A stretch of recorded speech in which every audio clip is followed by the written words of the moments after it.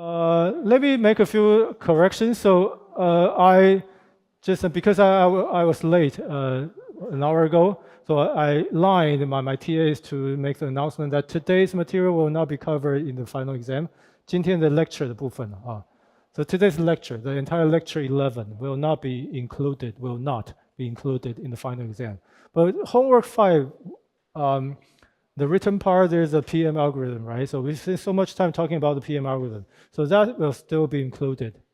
That's still in the range of the final exam. But otherwise, the final exam will be from the end of the midterm to lecture 10. Is that fair? Is that clear enough? End of midterm till lecture. Wait. 应该说对 end of the midterm 的范围啦啊。Whatever that's not covered in the midterm will be considered in the final exam. And that is to say, you don't need to spend a lot of effort to review like chapter 4. Chapter 4 has already been covered in the midterm. But that being said, you cannot completely ignore basic concepts such as sampling, right? Aliasing, sampling, because it's 这些的东西都有累积嘛 right? What you learn has been accumulated, right? So it's hard for me to promise that nothing in chapter 4 will appear. I will not promise that. But I don't recommend study so hard for chapter 4. Try to focus on chapter 5 and chapter 7, maybe a bit of DFT and FFT. Right, okay, and in tomorrow's discussion, I believe I created a set of 6 questions, right? Is it 6 or 5? 6题还是5题？明天要讨论6题 right? So in one of those 6 questions include DFT or FFT, right? So you know sort of the weight of the final exam. 可能重点还是会在第7章最多了啊。In chapter 7, we learned so much. We learned IIR design. Butterworth, right? We learned FIR design, a few different methods, right? So please focus on, try to emphasize, put more effort in chapter 7. 这样子关于期末的范围了解吗？可以吗？有没有其他的建议？或是不清楚的地方 ？Everything clear? Everything clear? Yeah. Okay, so let's come back to this slide. The PowerPoint right here is showing my comments on the choice of your window. So I suggest choosing rectangular window will be fine if you know beforehand the number of the tones in the spectrum. Okay, but if you don't, I suggest to play safe, maybe choose another window, maybe a Han window would be a good sort of trade-off in between smearing and splattering. Its main lobe is not too wide. The side lobes are all at least 40 dB down there. So it's not bad. Not a bad choice. So for the next slide, still on the same topic, just resolution. Now the concern is resolution. Have you ever wondered, now you know the system, the telephone system, each button has 2 tones. Right? Now you know that. Have you ever wondered, now do you wonder, can I press the button so short? Like so short. So that the system cannot recognize 2 tones. Is it possible? Is it biologically possible? To move your hand so fast, right? What's the quickest, the world record for dialing a sequence of 10 numbers? Or 这很重要 right? 你知道那个玩俄罗斯方块，就这几年前有人说全破300关，有人 follow 到这则新闻呢 ？Tetris 有 follow 到，在座有没有玩家？我就好奇说300关是怎么一回事？就是他们是发明了一种可以按超快的方法，有些人还用脚，还是有看过那影片？就是 yeah, seriously, this is a signal processing problem, right? How fast is too fast? Can you ever press a telephone button so fast that system would not be able to recognize the number anymore? Is it possible? So let's kind of analyze this. So this is, again, number 5, which is a combination of 770 and 1236. Fine. So using a 20 millisecond window, you see very nice separation of the two tones in the frequency domain. That's good. But let's say, imagine if your pressing is around 2 milliseconds. Let's say 3 milliseconds. If you can press it and release in 3 milliseconds, complete that, which I don't think is possible. In 3 milliseconds, it's a pretty short time.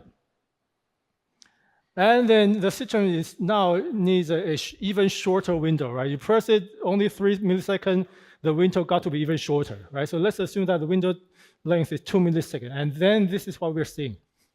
Then you see that now really serious is it smearing or splattering, or both. Yeah, you see where the problem is? Big smearing. 2 millisecond window, rectangular window, that's a side lobe. The side lobe and all of them are very wide, okay? And you can verify, 2 milliseconds correspond to 1 divided by how much? 1 second divided by 500, right? 500分之1秒啊. So that means the main lobe width is 1000 hertz. The simple matter of fact, yeah? Simple matter of fact. Or this is not even rectangular. Are we talking about rectangular? Or this is a rectangular window. The main lobe width, I was 是，怎么会只有这么短？我会以为是 ，yeah, I was expecting. So anyway, it's roughly inversely proportional. Okay, the main lobe width is inversely proportional to the duration, right? So now you see big chunk of main lobe, as well as the side lobe, and now now when you look at this spectrum, okay.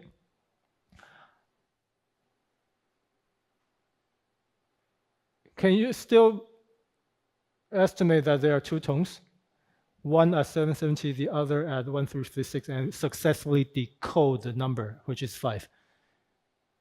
You see, maybe or maybe not, right? It's not as easy as this scenario. Okay? When somebody presses a tone and release it in 3 milliseconds, then it's pretty challenging. I say maybe the system can still handle that, but what if you press a tone and release it in 1 millisecond, right? Then you are a machine. 那就说你就不是人类。Right? So it's a very simple way to tell a machine from a real person. Okay, so it's ever possible to press a tone too fast, right? Yeah. So the rule of thumb is that the resolution is above smearing, okay? You want the smearing to be limited. So you want to limit the smearing. Therefore, delta F, the width of that smearing, the main lobe width, you want it to be narrow. And we know that the main lobe width is inversely proportional to the duration of the window, okay? So therefore, let me just read it first. Since the main lobe width of a window is inversely proportional to the duration of a window in time, and we need to use a sufficiently long window to resolve two spectral components. Okay? So here's an example. If F1 is, in our example, 770, F2 is 1336, then delta F, the frequency separation, we have a separation of 566 hertz. So that means if you take the inverse, 1 divided by that equals to 1.8 millisecond. So the tone, the button needs to be held there, to be holding on there at least 1.8 millisecond for the two tones to resolve in the frequency domain, for the two spectral peaks to resolve in the frequency domain. Otherwise, your resolution is not high enough.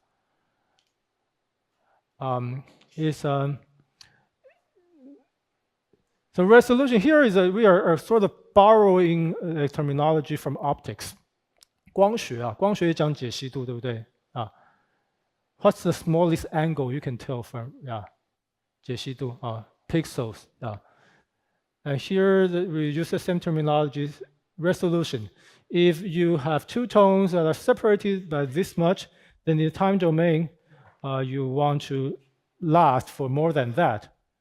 in order to resolve the spectral components in the frequency domain. Yeah, that's a simple consequence of smearing, spectral smearing and splattering.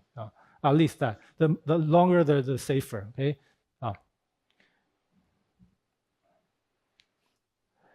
So now, if I ask you, now consider the entire touch panel. Okay. Now consider the entire telephone panel. Can you say how fast is too fast? Can we answer this? Now, my original question, can you ever press a button so fast that the system failed to recognize the tones? Is it possible? Now, looking at all the possible combinations, we have 16 buttons. We have 16 buttons, and the closest separation, which button has the closest separation in the frequency domain? Which button? 哪边？左下角星星对，星号米字号啊，米字号。This guy has a separation between 941 and about 1200. Okay, then you can calculate. Yeah. How to press it too fast? Okay, and try it at home. Okay. It's probably biologically impossible. Okay, so this system is well designed. Yeah, very well designed.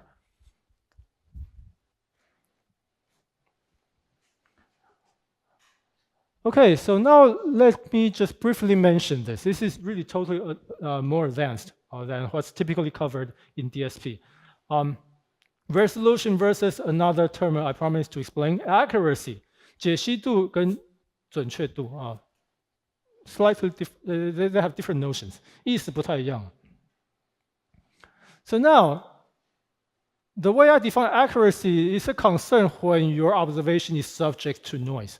When you take a measurement of any signal, there's always noise. In speech or in biological signals, in everything, there is noise.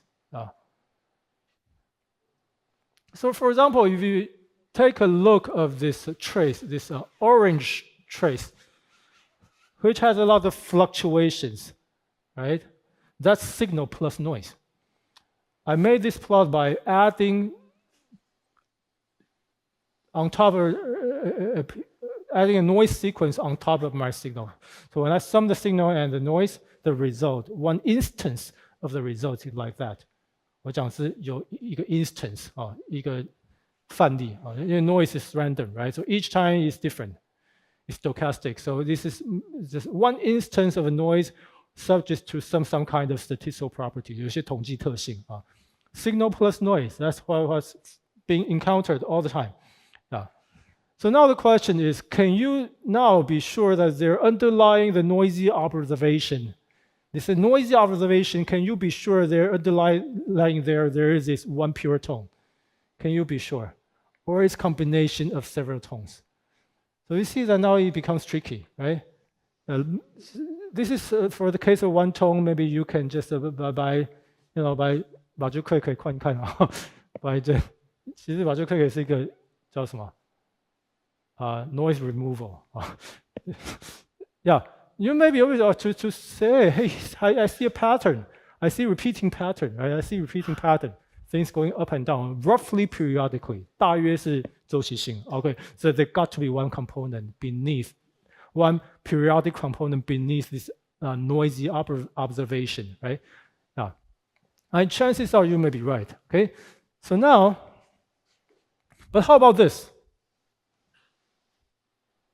Now, can you safely say that this is two-tone combination plus noise? It's not smooth anymore. Okay, it's going up and down in a not so smooth way, right? Signal plus noise. So now, quickly, let's hear it, but I need to make sure the volume is not too loud. Okay, let me turn down the volume. This is what it sounds like when we press button number 5. But now somehow the network has noise. Okay. Okay, let me just soften the volume and then try to play it. Yeah. So that's what this sounds like. Okay, signal plus noise. Now, when you design a decoder, are you confident that you can decode this number, right? Whenever there's noise, there's noise. So now, noise, apparently it affects the accuracy of estimation. And I claim that even if the resolution is good enough, okay, even if you use a long window, even if this pressing lasts for long enough, 1 entire second, so you have time to decode, the resolution is not going to be bad. But the noise might affect the accuracy. So let me explain. So this is in the time domain. So immediately when we go to the frequency domain, this is what happened. Now this is the spectrum. Again, using the Hahn window of length 20 milliseconds. Okay? So what do we see? What do we see? We see arguably two tones that have unequal height. So now that the height, even the heights become unequal. And the 高度变不一样, right? And what's more? What's more? You see? Like under here, you have some random peaks. Random peaks. They just randomly show up. Okay? And this is exactly a very simple example you can easily simulate. Okay? When you hear a sound like that, number 5 with noise and this, and then you go to frequency domain, hoping to extract 2 components, can you do that? Can you still estimate that this is number 5, not 4, not 6? Can you still do that? Can you still do that? Is this still 770 hertz?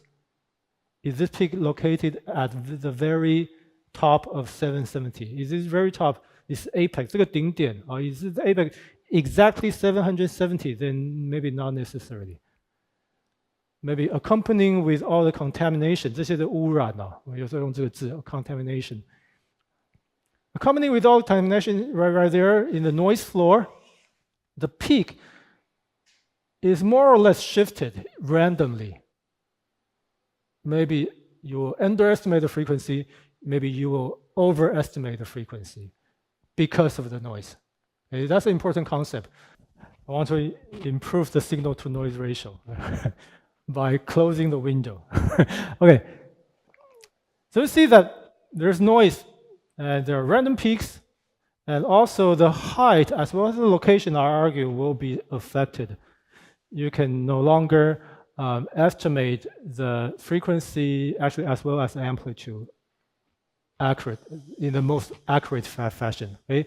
So turns out that in the next few slides I'm going to introduce to you, just quickly go through with you that there's a mathematical foundation for analyzing the influence of noise. Okay? In any estimation, if you can just formulate the question as of parameter estimation. And then if your observation is under noise, and there's some theoretic bound. And this is an advanced topic. I just want to share with you. So if you're further interested, you can maybe take another course, information theory and estimation detection. Right. Anyway, so I'm saying that this is to compare before and after adding noise. Okay. Hahn window, 20 milliseconds before noise, after noise. So they look really different. Okay.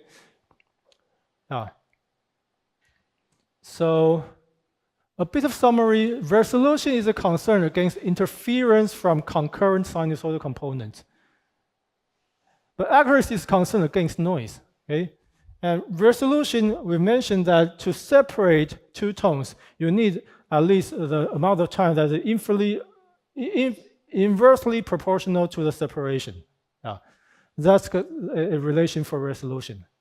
For choosing a sufficiently long window, use this. But accuracy, turns out, accuracy has a different relation. Let me just mention this without proving. Okay, accuracy. Whenever there's noise, let's say your noise is white noise, Gaussian white noise with variance sigma square. Okay?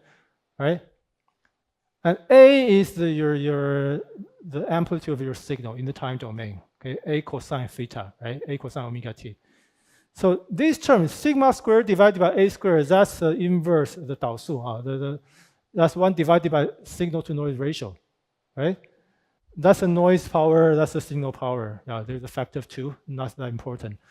So sigma squared divided by a squared, that's like inversely proportional to the signal to noise ratio.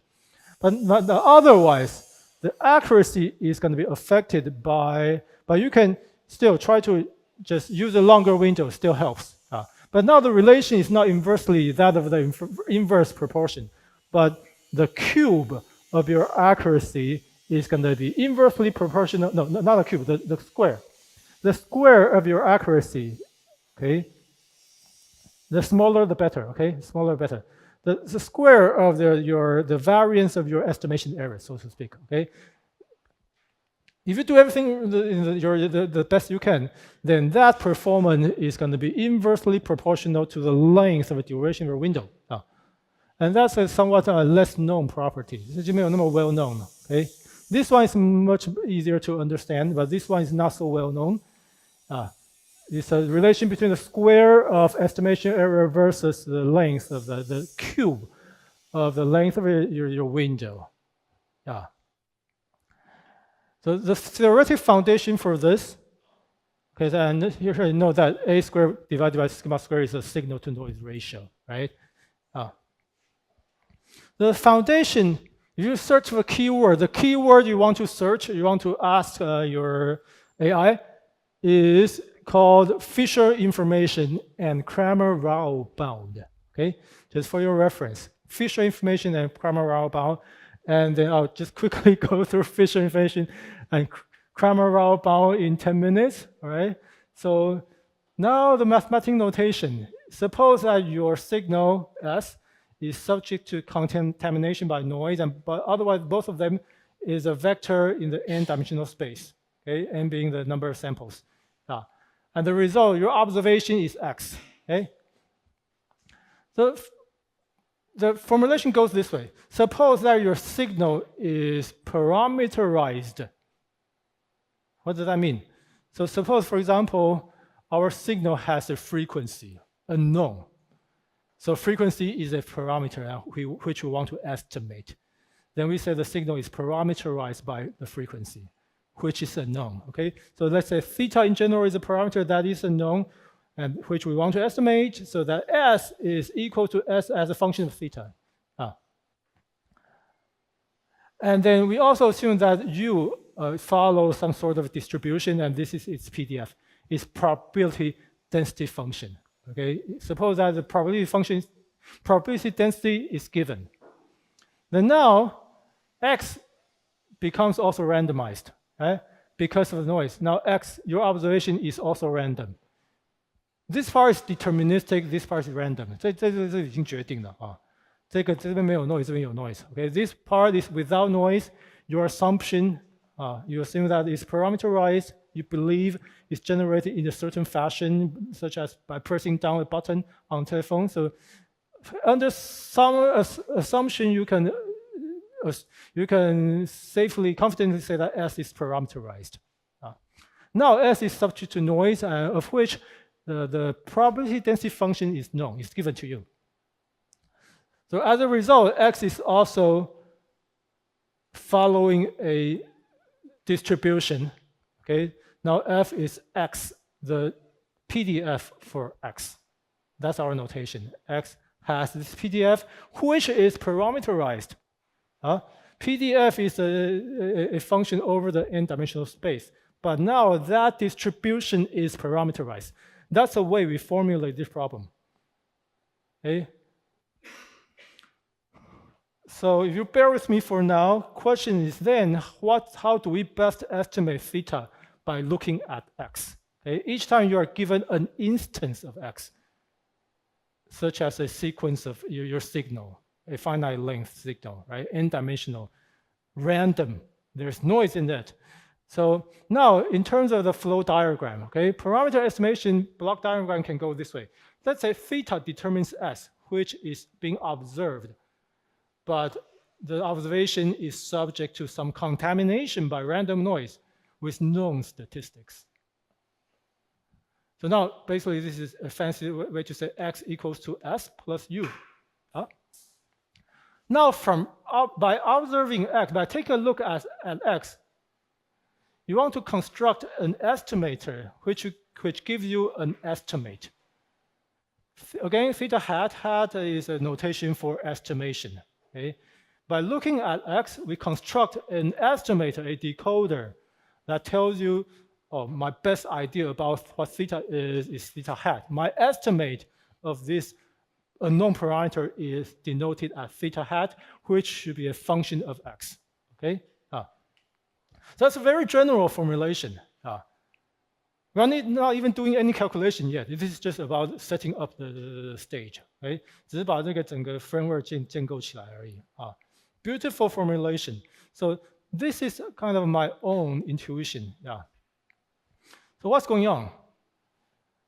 Now, in the most simple case, when your S is parameterized by only one variable, theta, then depending on when we vary theta, the set of all possible S will form a trajectory, a path, a curve. Right? When we vary theta, then S, all the possible S will form a curve in the high-dimensional space. Okay? So imagine that in an n-dimensional space, you have a curve. All the possible clean signal should be along the curve in this high-dimensional space. Okay? Can you imagine that?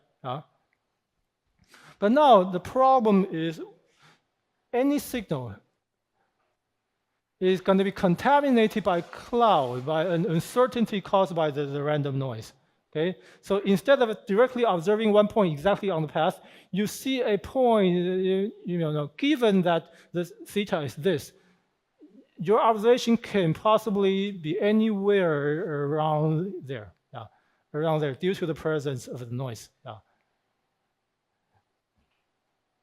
And that's the way we formulate the problem. Okay, so now by taking a look of your observed signal, which might be not exactly, with probability 1 is not going to be on the path. It's somewhere here, somewhere there, over there, around it, but not exactly on the path, not exactly on this curve. So how do we estimate? What's our best effort to estimate theta? What's the most likely choice given your observation? Okay, so this is the way they formulate such kind of problems in communication. In communication, so decoding a button is communication problem, right? So that's a kind of very, very general formulation for any sort of communication, for this particular sort of communication, parameter estimation. So here, that's what is meant by when we say X follows a distribution, but that distribution is parameterized. Okay, depending on where theta is, this cloud, this yellow ball can move. You imagine a yellow ball moving around along the path. That's what we mean a PDF, a distribution which is a distribution over the n-dimensional space which is parameterized. That's the way we formulate the problem. Okay? Is it making sense? When we say a distribution over the n-dimensional space which is parameterized by a single variable theta. Okay? Nice, very nice choice of variables. So now our task of constructing an estimator becomes to find theta such that the observation X is optimally explained. Which theta best explain your observation? That becomes the way we look at it. You're given a piece of signal. Now, which telephone button best explains our observation? So it turns out there's the theoretic bound. Okay, there's this piece of function that's defined as taking the log of that and take the partial derivative and call it v, and then the expected value of v squared is called j. For those that are interested, please talk to Professor Hong Yuewen, Zhao Qicao, Wang Yonglu, anybody from Tongxun. They will be sure to explain it to you. Okay.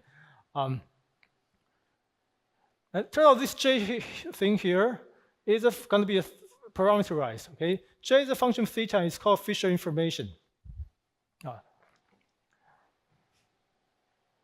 And now here finally comes the theorem. Okay, and there's a reference I think I can point out. I have this book on my shelf, which now I'm not going to give to you.